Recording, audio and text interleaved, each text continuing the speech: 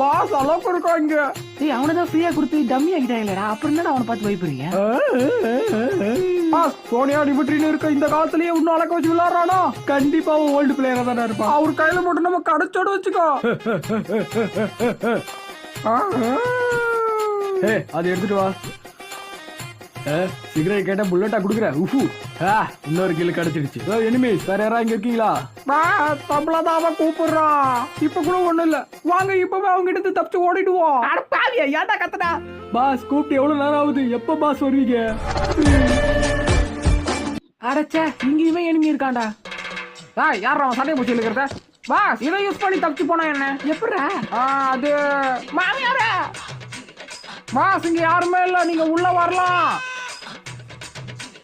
இது என்னடா இடம், இது புதுசா இருக்கு. பாஸ் இது தெரியாதா? இதுதான் மினி பீக்க. மினி பீக்க. மினி பீக்க.